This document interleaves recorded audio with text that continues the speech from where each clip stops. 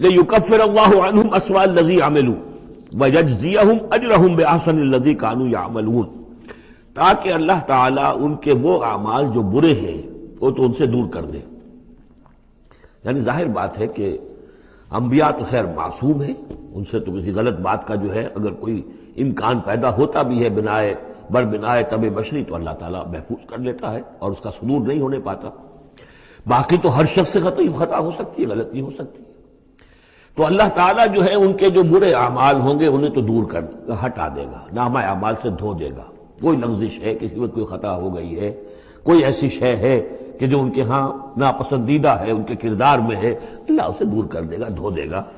وَيَجْزِيَهُمْ أَجْرَهُمْ بِأَحْسَنِ الَّذِي كَانُوا يَعْمَلُونَ، اور ان کا جو جزا ان کی معین کرے گا وہ ان کے بہترین اعمال کے حساب سے کرے گا۔